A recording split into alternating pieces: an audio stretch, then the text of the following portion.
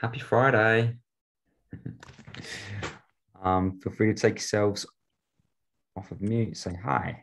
I appreciate that we're a few minutes late, and I'm sorry for wasting time. Good morning. Hello, morning. Hello. Hello, Phil. Good afternoon or whatever. Morning. Hello. Hi. Cool. So I guess we don't need to wait for anybody else because we're already late. And anybody that joins, we'll pick up. We're already recording. So first of all, thanks for joining us today. This is really to walk through the steps what we're going to go through next week, and essentially what the new funded team should be expecting as we go through. Just realized I haven't included a slide about next Tuesday sort of agenda, but we can talk about that. And actually, just a quick show of hands, has anybody here not been funded? Okay, before like you okay, so this is the I've had no aid. No one's given me any aid. Okay, so we are talking about the challenge, right? Just any funds that Catalyst has run over the last 12 months is if you could just give a little emoji, thumbs up or something, just so I just know, because otherwise most people here have received some funding from Catalyst previously, to kind of have a bit of an idea as to how the onboarding meetings generally run.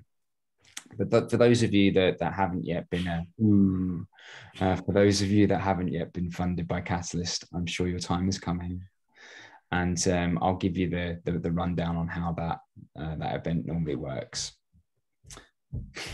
Turn that frown upside down, Tommy.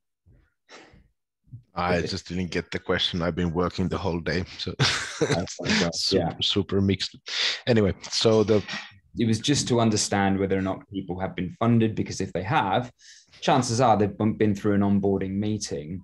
Yeah. Therefore, I don't necessarily need to run through the entire agenda so that everybody knows the state of play. I watched the videos, but I haven't been in those meetings. Okay, good stuff. Okay, well, I'm going to share my screen for the time being, if that's okay. Actually, before I do that, so we worked up the challenge team document, the process for the execution phase. So I really appreciate everybody's contribution to that did contribute. It's been very useful. I think, we still need to really recognize that this is a pilot and that there are some unknowns. So I've just shared in the chat the link to the process document, which just sort of sets out expectations, defines, what we sort of see as a successful outcome, and then what your duties of the challenge team stewardship really amount to.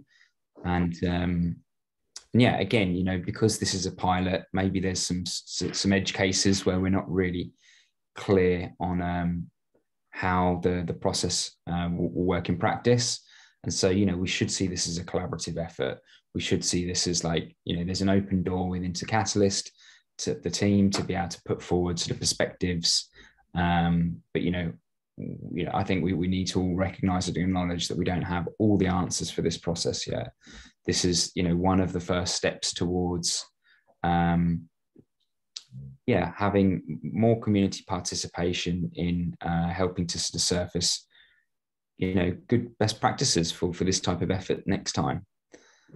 So yeah, I hope everybody kind of goes into that with that same sort of mentality and attitude. Okay, and then I'm going to share my screen, and then we can go through some slides. Hi all that are joining a little bit late. So hi Joe, hi Joey. There might have been one or two others that have joined. So maybe Danny, you could share the link to that document again. And then, the document that's just been shared to those late comers, it's just essentially process document that we put together to bottom out the return on intention stewardship for the challenge teams. Okay, so everybody can see my slides, hopefully. I will still got more people coming in. Okay.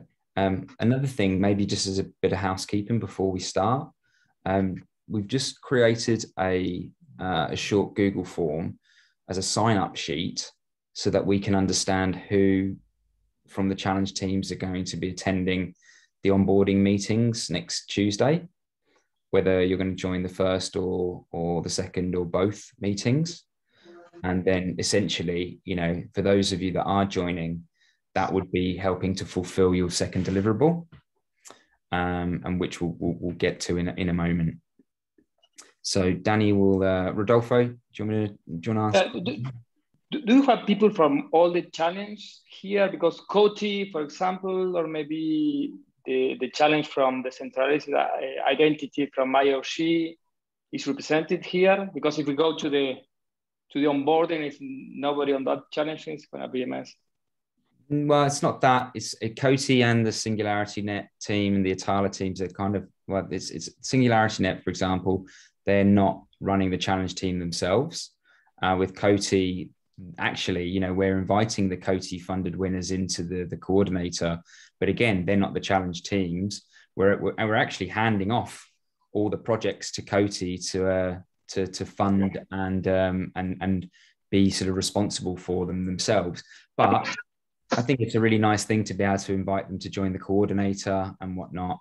And yeah, we will certainly be communicating with them later today and inviting them to join the onboarding meetings on Tuesday. But actually, we'll onboard those teams as part of the proof of life meeting, and then be handing them off to Coty to essentially, yeah, look to fund and whatnot. They don't follow the exact same process as what the Catalyst funded Cardano Treasury funded chat teams are. Okay.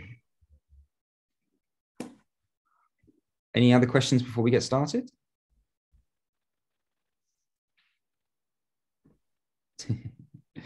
Okay, I'll leave it at that. So, yeah, just to really recap that the key to this pilot is to help to maximize the impact of the challenge, and that you guys as the challenge teams are really that turnkey to that, to helping to maximize it. And so I think, you know, everybody appreciates that your efforts are really to help to communicate to the community whether the challenge has been successful and whether it's been addressed.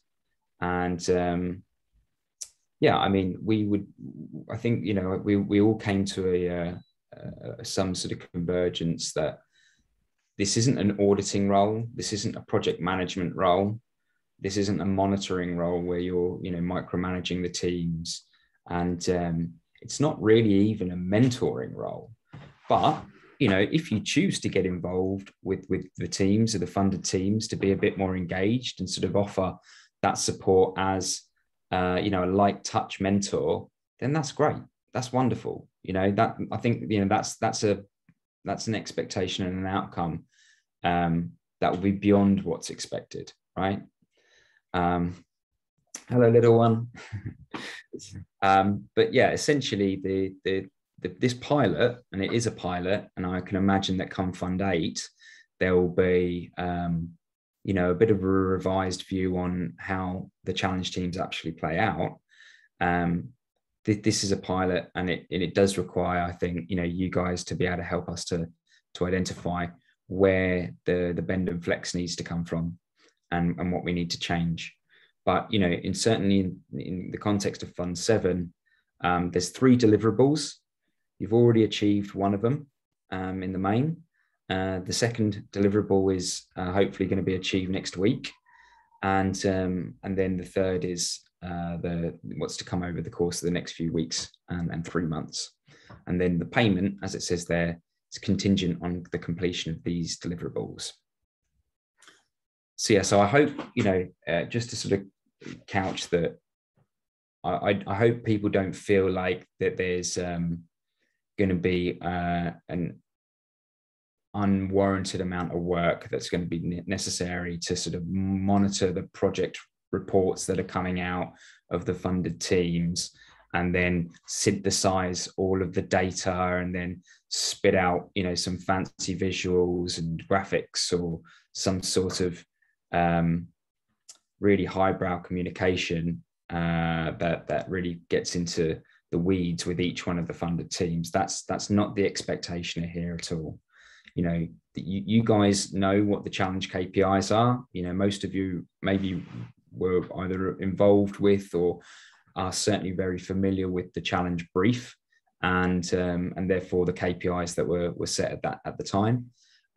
Really, your commitment with this challenge team is just to see whether or not those challenge KPIs and those return on intention points were being met, and hopefully along that way you've got to know the teams well enough and you've built enough rapport that you can maybe help to also surface any sorts of kinks in the road along the way. But again, there's no expectation for you guys to be delivering beyond what's expected in terms of these 3 deliverables. So next week, on Tuesday, we're going to have 2 meetings, one in the morning and one in the afternoon. And this will be to onboard as many of those 269 funded projects as possible. This is obviously it's a very, very large group, almost double the size of last time. And I would hope that we can have as many challenge team members there as possible. And then, the idea will be, and just to sort of set expectations on the agenda, we'll invite everybody into a Zoom room, much like this. We'll say hi. There's a little bit of fun that we have at the start. And then we will go through, some of the specifics around how Kriss basically operates, right? That there's accountability from the funded teams to report, and that's the trigger for their payment. However, we are changing the reporting structure, hopefully much to the joy of many funded teams that have been through the process already and have found that the reporting structure kind of not really fit for purpose. So we're listening to those teams that have voiced those opinions, and we're going to make it a bit less, hopefully less repetitive. It should be quite straightforward and quite quick for funded teams to report now. And so we make them very aware that there's an accountability to report, and the reporting, because they're accountable to the community that's voted for them. And really, I think this is the point that you guys can help to sort of instill and set the tone for that as well. When you're having your onboarding breakout rooms, that you go through what the challenge was again. You talk about the KPIs and we appreciate that some of those KPIs aren't really going to be able to be reported on for quite some time, maybe like weeks and months after the project is completed and they're now launched and in the world. And that's sort of understood. But essentially, for next Tuesday, once we've gone through some of the formalities, the opportunity then is we'll have the breakout rooms already set up. We'll ask all those teams that are in that challenge to go into the breakout room, hopefully facilitated by you. And then you'll ask them to introduce themselves and give a really short one-liner on, what project it was that they've been funded to deliver. And, maybe what their sort of definition of success is, right? It could be as simple as that. Obviously, if we've got, we typically have 90 minutes to 2 hours scheduled for those meetings. So, if you've got, 15, 20, maybe slightly more, maybe slightly less teams in your breakout room, you can afford them a minute or two to talk, hopefully. It's good for the community. It's good for network building. It's good for people to understand what each other is up to. much more difficult when we've got them all doing that in one room. You can afford them maybe 10 seconds and that's about it. But I think it's really important that, you know, you guys give them a bit of freedom to find out who each other is and what they're all about, what each product's all about. Alex, you've got your hand up, so I want to answer your question. Yeah, I have a doubt here. Usually you have a single proposer that has several proposals in different challenges. So creating the breakouts will create some sort of conflict there. How do you propose that we manage that? Yeah, it's a good question. I mean, what I would say is maybe you could set the tone like at the start of that breakout, like, hey, who's funded in multiple challenge categories? And I wouldn't say I would say it's the exception rather than the rule. I mean, you know, let's see how many people are.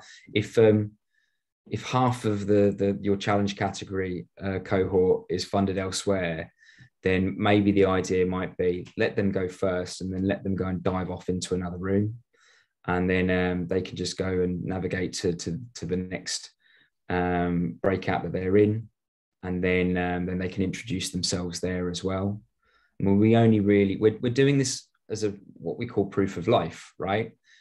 We want to know that there's a person at the end of the address and the proposal. And, you know, we want this to be a useful platform for them to meet each other and realize who else is in their cohort of challenge team or challenge funded teams, right? It would be nice though if we can send emails to all registered funded participants that are already registered to either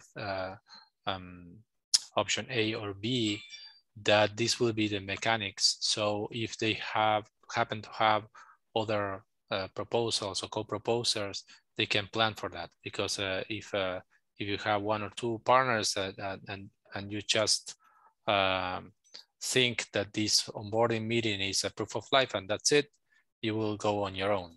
But if you know that there will be breakouts for each challenge, then you can plan with your partner to attend in parallel. It's a good point. It's a good idea. I guess we can use this as a lesson learned. I mean, what I would say is sending out, and what we've done so far is we've sent out the onboarding form that's got them providing us their contact details and responding to the questions that we ask. And, you know, we do ask them to provide us co-proposer details as well. I'm not really in favor of sending out emails on a Friday afternoon. What we might do is we might be able to send something out on Monday, perhaps, and sort of suggest if you're across multiple challenges, maybe you want to bring more than one person to the meeting. But yeah, my worry would be we'd send something now and you know, it gets lost in their inbox by the time Monday comes around. It might not be the case, but but that's a really good point. I do appreciate that, Alex. And yeah, thanks for raising it. I saw XD and then Miro.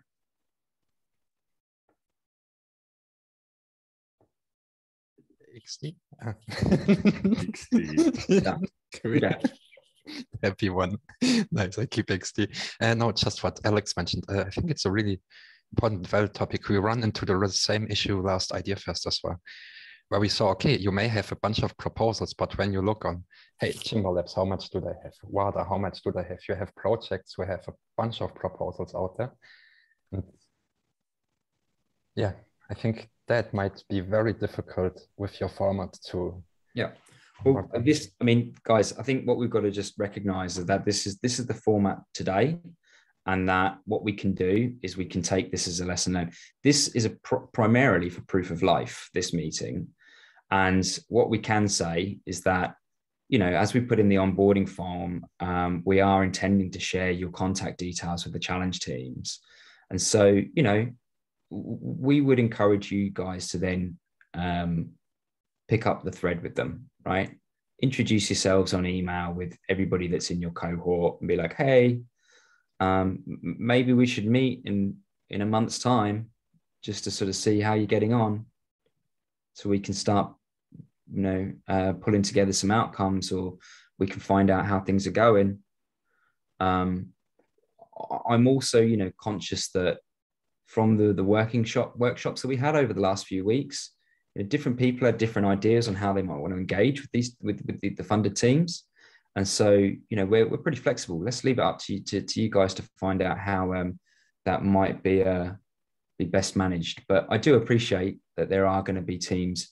But then the other way to look at it, Felix and Alex, is for those teams that have been funded in multiple challenges, this probably ain't their first rodeo, right? So, they understand what the sort of process is a little bit, and hopefully they're familiar that we're going to be bringing in this challenge teams dynamic, and that, we'll figure this out, right?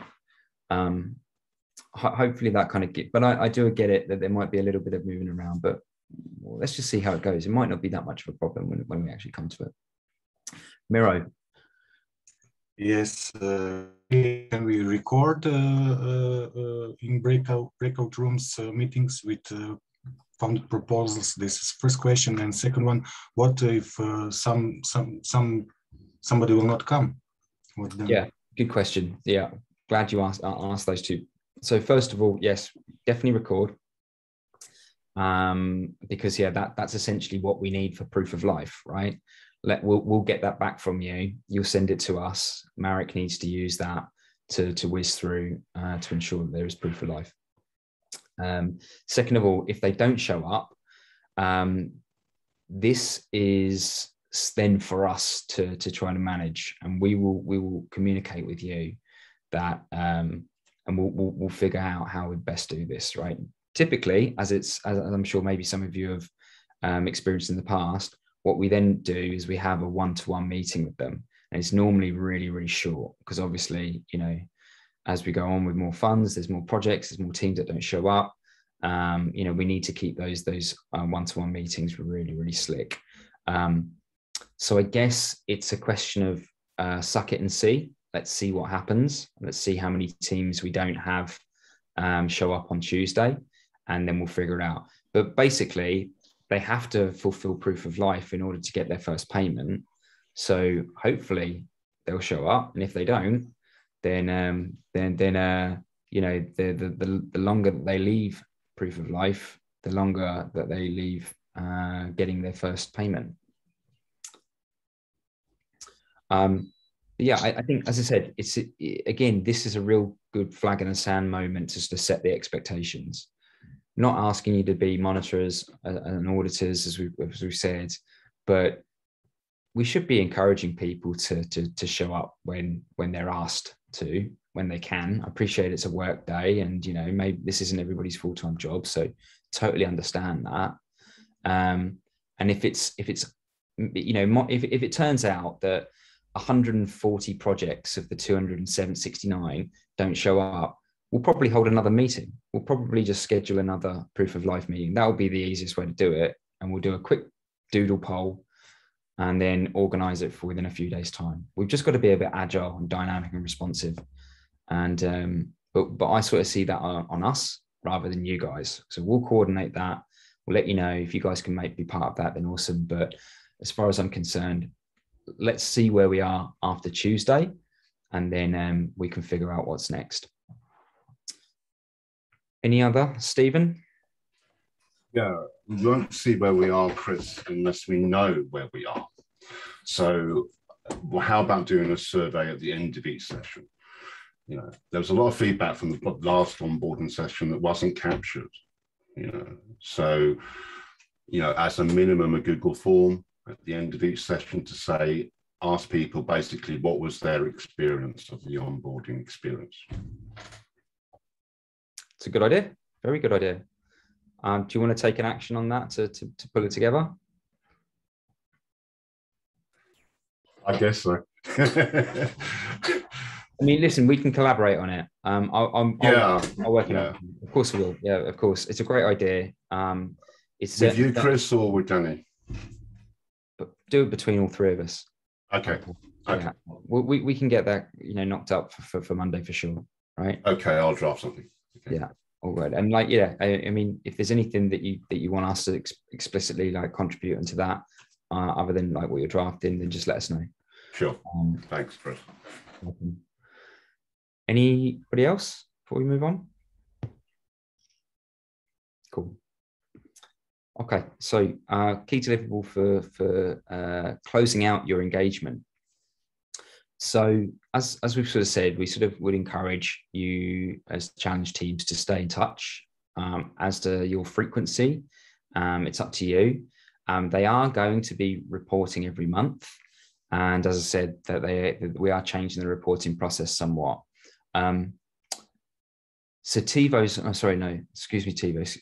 Sorry, it was Phil and Lucio that looked at it. We did have a look at like introducing a new reporting form, and I'm not going to complicate this conversation by going into too much detail, but we're basically looking at, over the course of the next 3 months, implementing a new process which is going to feed into what we call the Catalyst Outcomes Dashboard.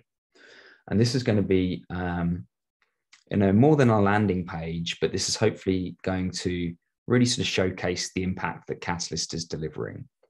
So I think you can think of the challenge team's role now as a great opportunity to think about how we sort of surface good outcomes that can then feed into this outcomes dashboard. And, we had sort of worked towards creating a report form and, a data structure that would improve what we've got currently, but it's not ready yet. And so we're just going to just do away with that idea for the time being. Not the outcomes dashboard, we're working towards that, but we are doing away with changing to the prototype report data structure that we've been working up, following inputs from the auditing working group, and even in discussion with you guys, and the demonstrations that I've done with a couple of members of the community. So instead, we are moving to a much more light touch reporting process that is less repetitive. And there's still going to be some repetition, of course, but it's way less repetitive, and hopefully not as time consuming, even though maybe that other report wasn't that time consuming. It's just that a lot of the time was spent repeating stuff that people really didn't want to repeat. But my point is there will be a new report form. It's a lot more light touch, and you guys are going to be provided with that report every month. So all that data every month. Now, how you choose to engage with the funded teams over the course of the next 3 months is really up to you.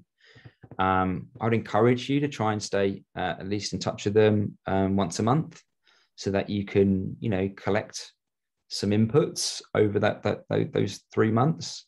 And then within this 15 hours, you spent a little bit of time working with them formatively over those 3 months.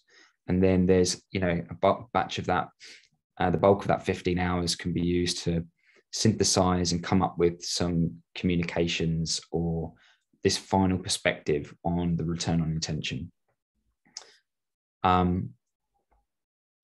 It's, as I said, the idea is that once we get to this point of the ROI retrospective, you've got a platform within Town Hall to communicate to the community, or really, it's whenever you're ready. If you're ready to, or there's something that's great that's come up that within one of the project teams that or a couple of them that you're burning to tell to the community, then Danny will be more than happy to invite you onto Town Hall to share that news and those stories. And then, we're certainly going to, I would imagine, be trying to work in some consultation with you to think about how we can take some of these learnings and pipe it into this outcomes dashboard product that we're going to be delivering over the next few months. But certainly for this particular deliverable, the only expectations on you is that you're keeping in touch with the challenge cohorts as they're delivering, and that you're in a position to be able to communicate on their achievements, and reflect on whether or not the challenge was a success.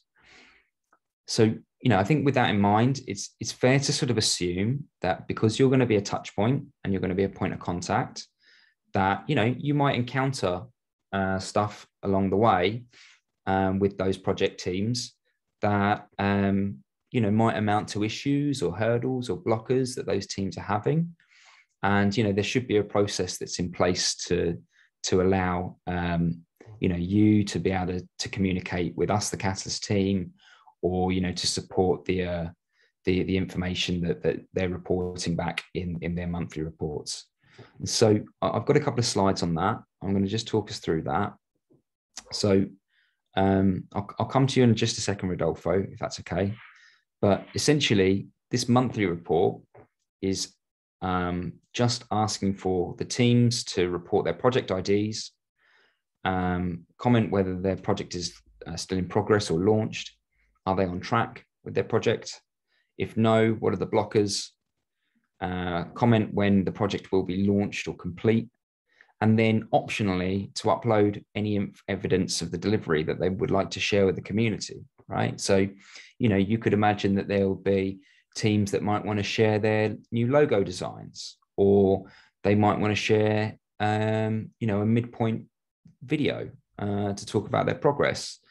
They might want to share anything really, like, something that helps to demonstrate that they've achieved their milestones. Again, we'd really like you guys to set the tone during the onboarding steps to help them to feel like, there's a value in communicating evidence of delivery, because, this is what the community is really asking for.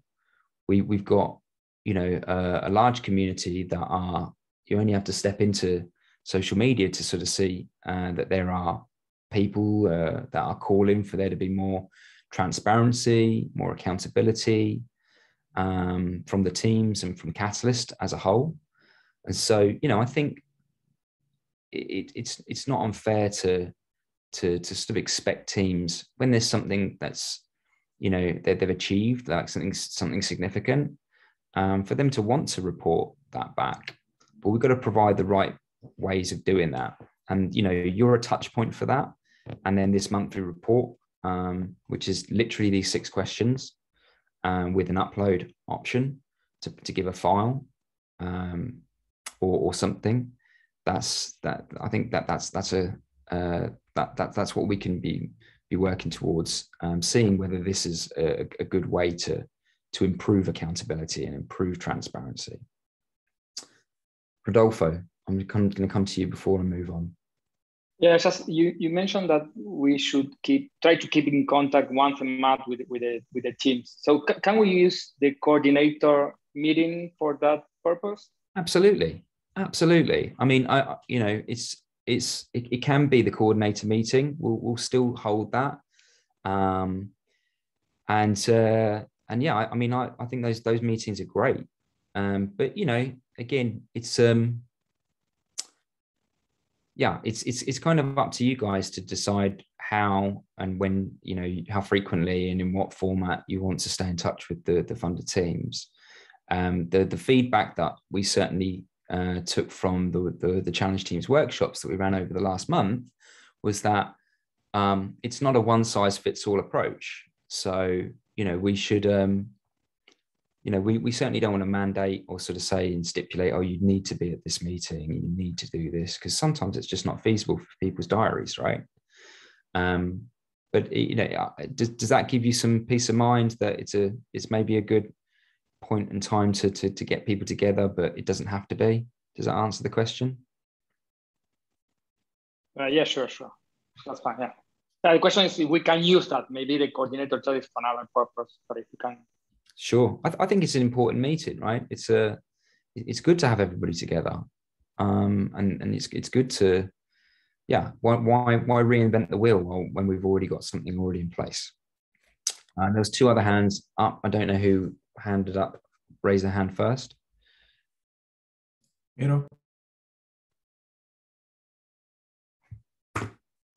Okay.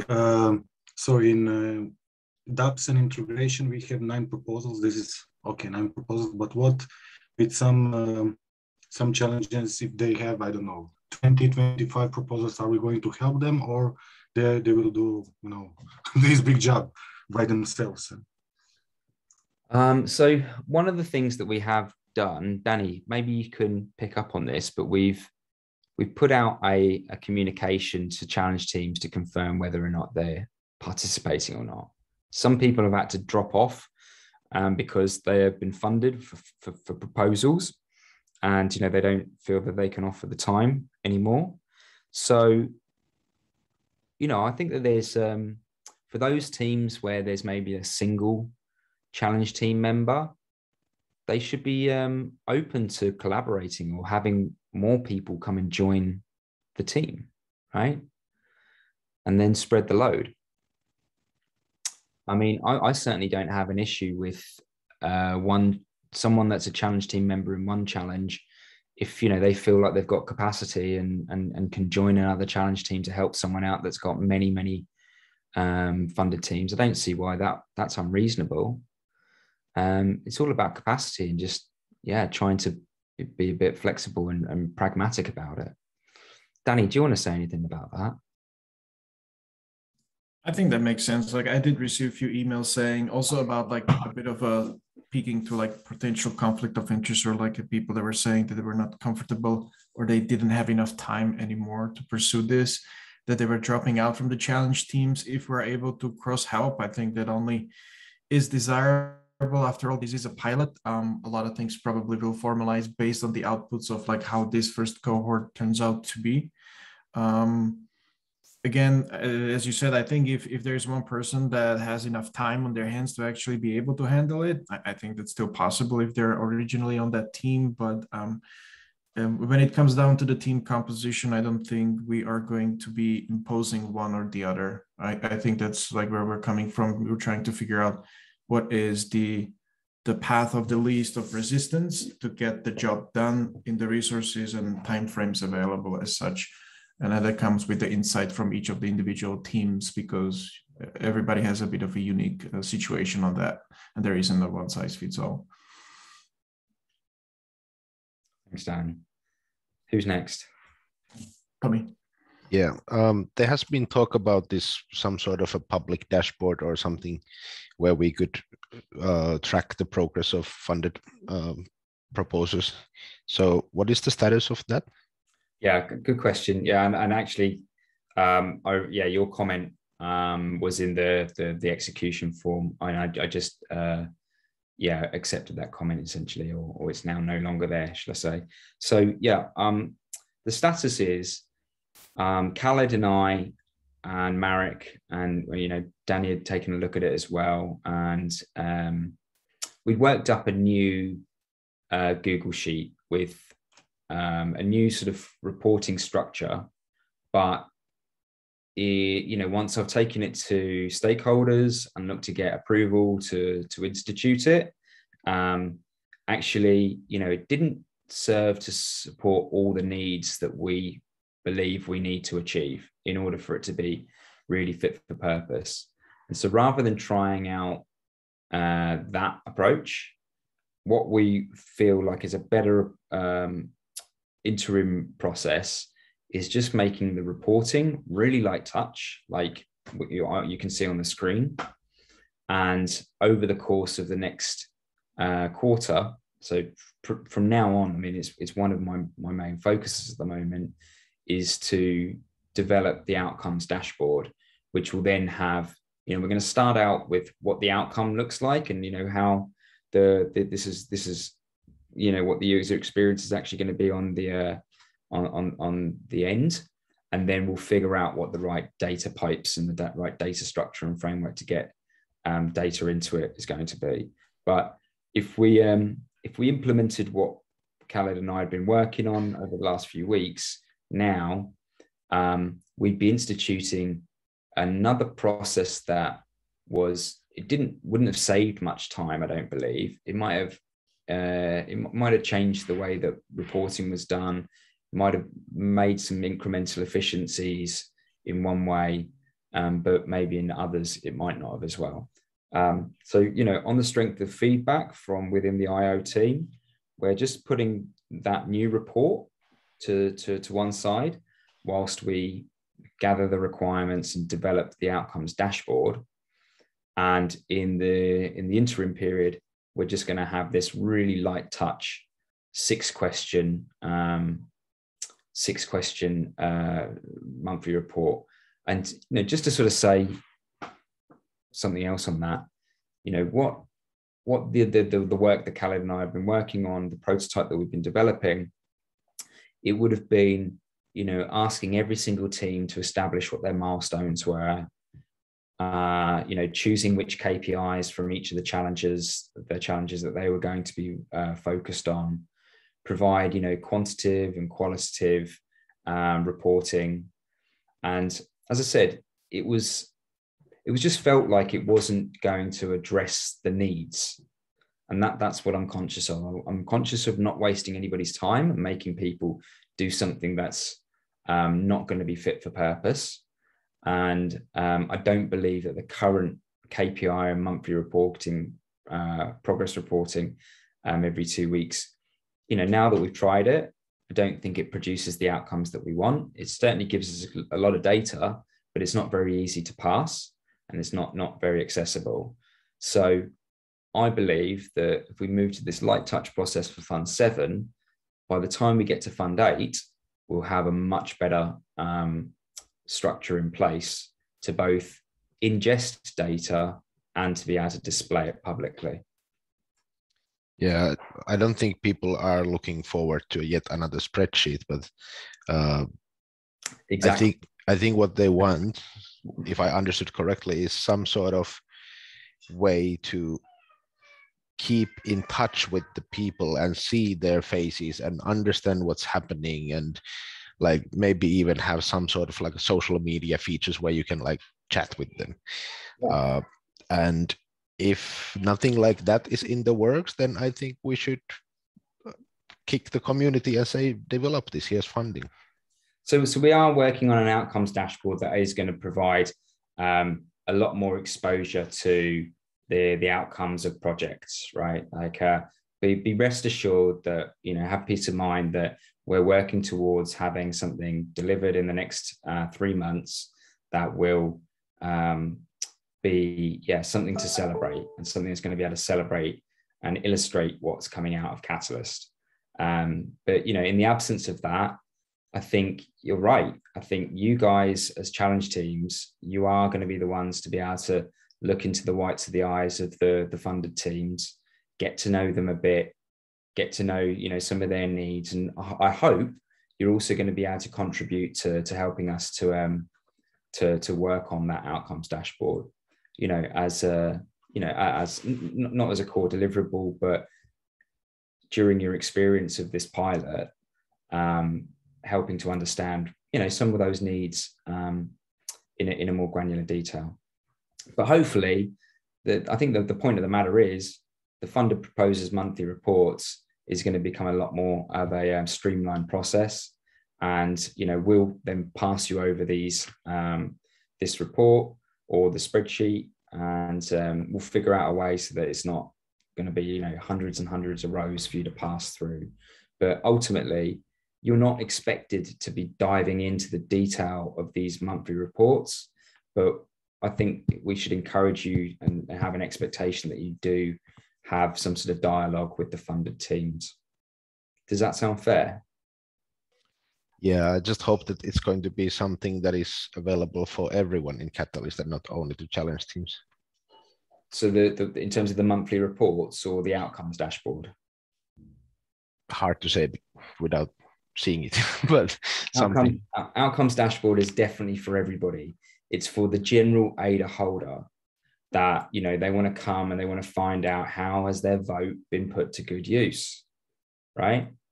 That's ultimately the need statement. And it's not just general ADA holders that has that need. It's you guys, it's, everybody that participates in Catalyst, and everybody that's on the outside that's currently looking in to think, maybe I want to step in and get involved, right? So it's definitely a for all tool. And we're working on that. Okay, I'm conscious of time, so I'm going to move on. Unless anybody else has got, was there any other hands up? Okay, I'm going to move on. So we don't need to dive into this too much because it's in that execution form, or the process form, should I say, the document that we shared earlier. But ultimately, I'm just going to run through the steps. This is how we sort of see the expectations. Challenge teams on engaging on board the funded proposers during an onboarding meeting. That might be Tuesday. It might have to be, a follow-up meeting. Certainly, the intention is that you're going to be building some sort of dialogue and rapport with the funded teams. Each of the funded teams will submit their monthly report via the Google Forms. They're responsible for that. We receive it. We'll then let you know the report's been submitted, and then you've got access to the data if you want to explore it. And then over the course of the next 3 months, you're going to be preparing communications about the data and the progress that you're seeing from these funded teams to share with the community. Now, if you come across an issue or there's an opportunity that's reported by one of the funded projects to you guys, then let Khaled know. That Khaled's the best person to report that to, or you can just email catalyst@iohk.io, and just know that we've got an open door. You can have a conversation with us. If for whatever reason Khaled can't respond, you can come to me, you can come to Danny, but ultimately, anything that you guys are going to report back in terms of progress or any issues that are identified with the funded teams, anything that we are critical to know, your first port of call can be Khaled. Khaled's also responsible for the upkeep of the public report document, and we'll be making sure that is able to be turned over for the community to look at. And then the data sheet of reports from challenge teams, like if you're sending anything back to us, then we'll Khaled and TK will be responsible for that. And if there's any dialogue that needs to happen, obviously, you guys will be consulted. Again, where there's some sort of acknowledgement of a reported issue where we need to act, Khaled will be responsible for that. If there's something that requires you to follow up on it, you follow up with us. If you need to be notified about something, if something's happened and we've gone a couple of weeks down the line, you need an update, then just feel free just to ping Khaled or any of the team. And then, you guys are responsible for setting up your own communications channels with the funded teams and your own cadence of meeting with them or speaking to them. And then again, when we're talking about if there is an open issue that the teams have reported to you guys, then we sort of hopefully can figure out whether or not it's fit for purpose for you to do so. But I think it's reasonable to assume that you'll be able to give us a heads up if that issue's closed on the funded team's perspective. Now, what does that look like? Okay, let's say all of a sudden one of the teams has lost their key staff. Because you're going to have a better line of communication with that funded team than we will. If that is no longer a blocker and that's no longer an issue, then maybe just let us know. Or something like that, because you're going to have more likelihood of knowing that before the Catalyst team is. Does anybody have any questions around this scheme? I mean, again, there's a little bit of learning to be done across all of this. We don't know where the boundaries lie in many respects, as this is a pilot, and I think we've tried to map out what are most likely to be or likely to be the most the most reasonable steps and points where there's engagement required, but there's always edge cases.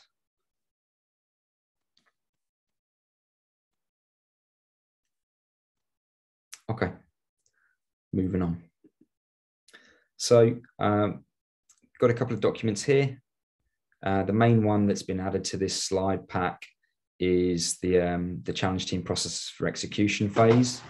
I think we can kind of consider that the final draft now, but again, I'm conscious that this is a work in progress pilot and that we're going to do some learning over the course of the next 3 months. So I'm going to keep that document open for suggestions and comments. And if you want to add to it, then please feel free. Wow, that was it. I'm going to stop sharing screen now. And maybe we can go through anything else. Wow, there's lots of comments on the chat. Okay, so does anybody feel like they don't know what's going on? Does everybody feel reasonably comfortable with the immediate next steps?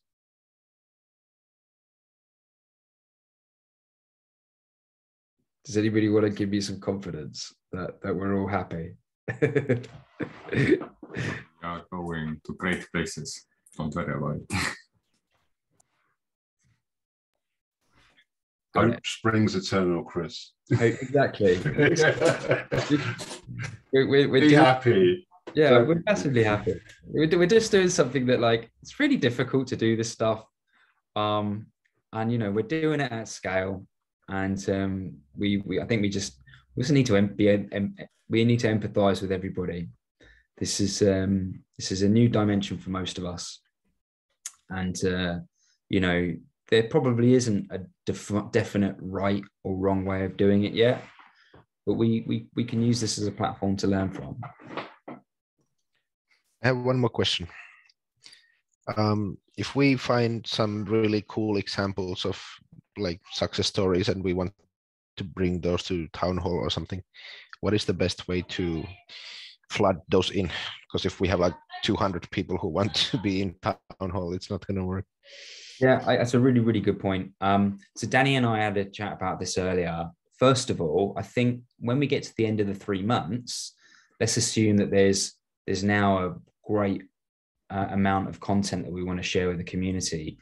Maybe we'll run a very, very special town hall. Yeah, no problems. I will share those slides, of course. We will share a special town hall. We will host a very special town hall around all this anyway.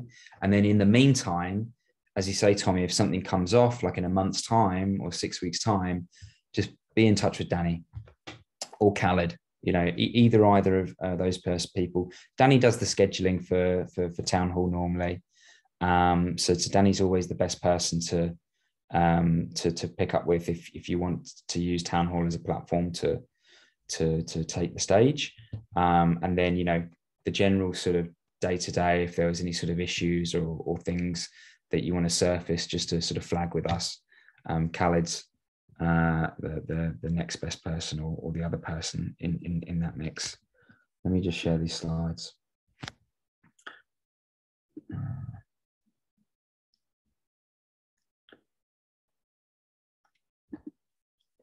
Who's excited? I'm excited. Please tell me you're excited. Mixed feelings, because we are doing all this effort and we have great projects in LATAM, but then we won't have the LATAM challenge in Fund 8. So excited and a little bit sad at the same time. So there's going to be, there's always a mixed bag of feelings the day after the announcements are made, I think. Hey, Alex, yeah, the thing is it was the second most downvoted challenge in the cohort. The first one was Cardano for Climate, and the second one was LATAM. So it was intentional, and I'm kind of pissed off about that. But again, what doesn't destroy you makes you better, and we will come back. Alex, the good news is that MISC challenge is back, so you can just flood it with LATAM blabber. That's great. Yeah, and there's I like to think of it like I'm not. it's only a few weeks when you think of it like that. It's a few weeks between where we are today and when we have the next results. I know it's 3 months. It's quite a few weeks, but it's still only a few weeks. It's not like it's not going to come around again, and there's not going to be another opportunity to campaign. And yeah, I wish everybody the best of luck with this effort. It's an important next step. I take my cap off to all of you, and I want to thank you for your help in advance, because this is the really important bit where we take all of the energy that's coming from everybody, and we make sense of it, and then we give it back to the community in ways that is going to be digestible, and certainly not locked behind a spreadsheet with millions or thousands of fields that just no one can make any sense of. So yeah, so you guys are the sense makers, and as I said, I really appreciate you. With that in mind, Vanessa, was that about us within IO giving up control out of interest? Sorry, what? So I saw in your chat message, it says what, you're about to lose control and you think you like it. No, it's a response to Joe saying she's excited, Pointer Sisters level. Oh, I see. I get it now. Now I get it. It's that Friday feeling, right? I hope you've got your crunchies at hand. Saturday feeling. Oh, Saturday feeling. Absolutely. That's right. No, it's not Thursday anywhere at the moment. You're living in the past, Kriss. No, I've never been told that, actually, but thank you. John, what's on your mind? I just wanted to say, like Stephen noted that the documentation, the Gitbook doc, didn't get funded this time round to actually maintain the challenge team documentation. It just feels like that sort of activity needs to be infrastructure budget, not catalyst proposal budget. Just needs funding so that we can keep on top of this stuff, rather than relying on volunteers like it will do for this next round. Yeah, good point. I'm not sure what we can do about that in the short term, but maybe we can. Maybe we can see what's possible. I'm not sure really how we tackle that immediately, but yeah, let's sort of make a point to see what could. Kriss, how much is reserved in Fund 8 for voter incentives? So there's 12.8 for voter incentives in particular. I have to go and find the funding parameters document. Same percentage, I believe. Yeah. So it should. None of the funding parameters have changed. So let me see if I can find. Take 5% of that, and you'll get massively good documentation. True. Very true. Catalyst Circle, maybe something the challenge teams can team up and go to the Catalyst Circle. Say, hey guys, we have this problem, very current, solve this, handle this.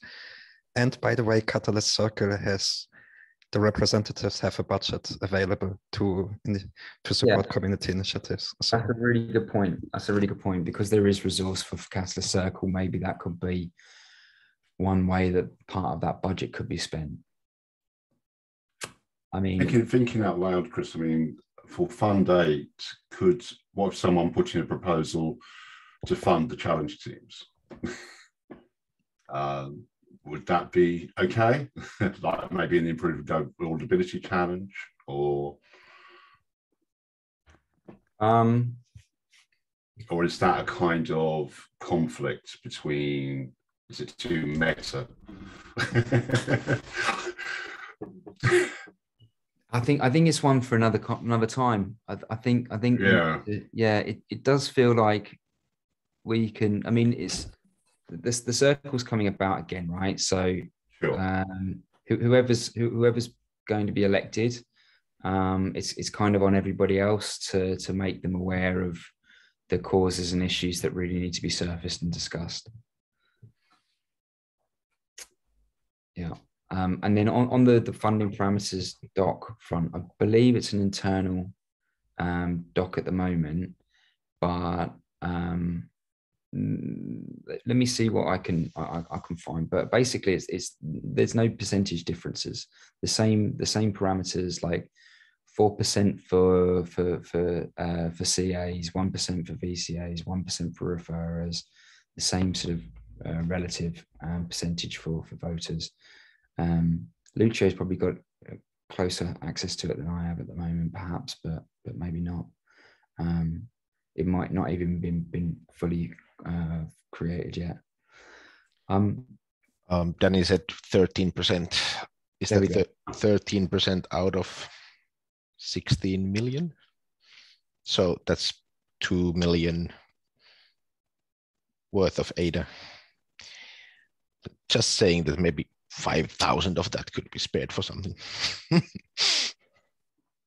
Yeah, I mean, it's again, it's something. If for example there is also underspend on the Fund 7 budget, obviously we've only finalised some of those figures over the last couple of days, so maybe there's a point in time now. I'll take it as an action to take it to door to see whether or not there is an underspend, and if there's something we can be done around that. Yeah, this is definitely a conversation of its own, but I feel like that 20% that's supposed to be the overhead, I think it should cover all of the stuff. Okay. Well, yeah, I appreciate all the input. And is anybody? So Stephen, I guess you've got the you probably made some notes already, but perhaps yeah. Well, no, because I'm not funded, so I have to. I mean, it's not just about funding; it's about who can do it. So if you think some people in the chat are mentioning the CA process, and the reason why CA is engaged is because they're incentivized. Okay, and it isn't just about paying them; it's like having a structure that they can fit into. So I know we're not going to resolve this today, but in terms of documentation and tracking, that's what we need, is a kind of equivalent for documenting and tracking that is like the CA. So it's incentivized, but it's also relatively easy to get into. Now, we're not going to resolve that today. That's what I was going to say. But I did set up a Git book for all the challenge teams and a GitHub repository for every single challenge team. So it's all there if someone wants to take it over. But that would almost be a full-time job to do that. So, it's how these things work in a kind of more distributed environment, I suppose, Chris. I think, yeah, we'll let's pick it up next week. I mean, what I'll do as an action on my side, I'll try to understand if we do have any underspend in the Fund 7 budget, and then maybe there's a way that we can make a request outside of the sort of standard process, and then we can go from there. So I agree, if it's necessary infrastructure and it's helping people to do their jobs and what's expected of them, and it doesn't, and then if it falls by the wayside, and then all of a sudden we're 3 months in and there's this big gap, and then whatever, then if we can, why don't we? Again, it's going to come back to, it's not just the funding, it's who can do it. So I would stress that. So I appreciate what you're saying, Chris, and that's great. Yeah, but Steven, if you throw it in the CA group or announce it in the town hall and say that, hey, we have this and this much money available, who's going to do it? I'm pretty sure that someone will raise their hand. That would be great, Tommy. That would be great. Yeah, it's all ready. I'm quite happy to hand it over and do some training. But yeah, and a mechanism for that would be, for example, the voter app. Like I'm more than willing to forego my voting incentives. So I'm going to actually, because I'm going to need to jump into another meeting now, unfortunately. This is all really, really good comment and chat. And yeah, I'm this is going to be the only time that we're going to come together. I would even suggest that maybe we have our own challenge teams half an hour in like 6 weeks time or something like that, sometime midway through the process. We just get together and we have a bit of a knowledge transfer session between us. If everybody's up for that, I mean, I would sort of count it as part of your third deliverable. We only need to do it as a midpoint, right? This is the start, got a midpoint, then we'll have an end. If everybody's up for that, then I'll look to coordinate that for in like 6 weeks time or something. And then, yeah, as I said, with Tuesday, if you could fill out that form. Danny, do you want to just share the form one more time, if you can, just in case there's been people that have joined. Just for those that did join late, we've got just a sign up form for Tuesday, just to let us know if you can attend. We'll be sending it out anyway on email. And I look forward to seeing you all on Tuesday. Have a great weekend, everyone. Or Joe, enjoy the rest of your weekend. And yeah, take care, everyone. Thanks very much. Bye-bye. Thank you. Bye. Bye. Well, Tommy, actually, can you stay for just a minute or two? I just want to run something by you. Actually, I forgot to ask. Okay. Thanks.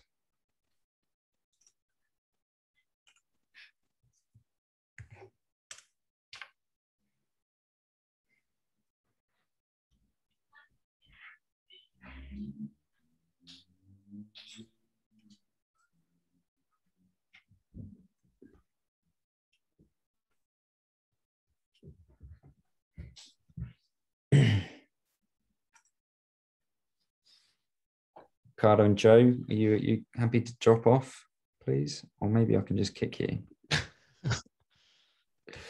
Sorry. Sorry. Oh no, I'm not going to report you. I don't want to do that. Don't report. Okay. Tommy, so